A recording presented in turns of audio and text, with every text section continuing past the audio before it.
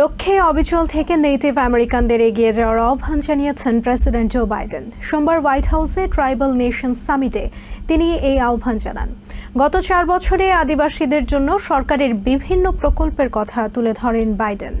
ভবিষ্যৎ প্রজন্মের জন্য আদিবাসীদের ঐতিহ্য, স্মৃতি, ভাষা ও সংস্কৃতি রক্ষার আহ্বান জানিয়ে প্রেসিডেন্ট বলেন, তাদের সঙ্গে করা বিগত সরকারগুলোর ভুল থেকে সবার শিক্ষা নেওয়া উচিত।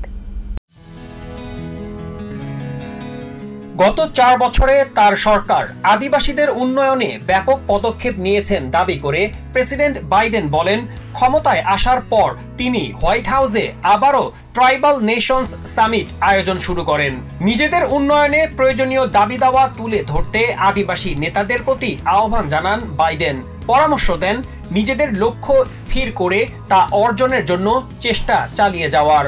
বর্তমান সরকার প্রায় সব স্তরে আদিবাসীদের অংশগ্রহণ নিশ্চিত করেছে বলে দাবি করেন প্রেসিডেন্ট।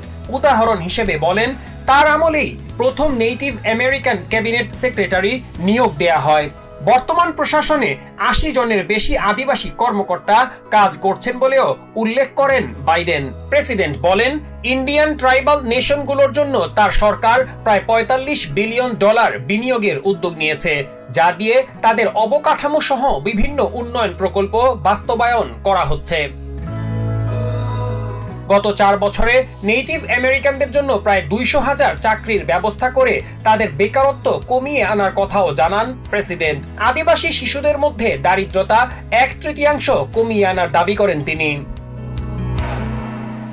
এ সময় আদিবাসীদের ইতিহাস ঐতিহ্য রক্ষায় তাদের বিভিন্ন স্থাপনা, স্মৃতি বিজড়িত স্থান, ভাষা ও সংস্কৃতি রক্ষার আহ্বান জানান বাইডেন। অতীতে ইন্ডিয়ান বোর্ডিং স্কুলগুলোতে শিশু কিশোরদের সঙ্গে করা আচরণের জন্য ক্ষমাও চান তিনি। বলেন, এসব স্কুল তাদের কাছ থেকে পরিবার, সম্প্রদায় ও কৈশোর ছিনিয়ে নিত।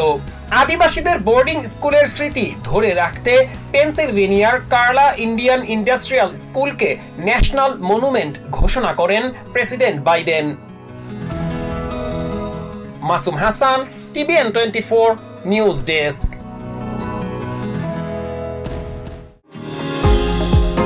নিউ ইয়র্ক থেকে সম্প্রচারিত TVN 24 টেলিভিশন বিশ্বজুড়ে বাঙালির কণ্ঠস্বর।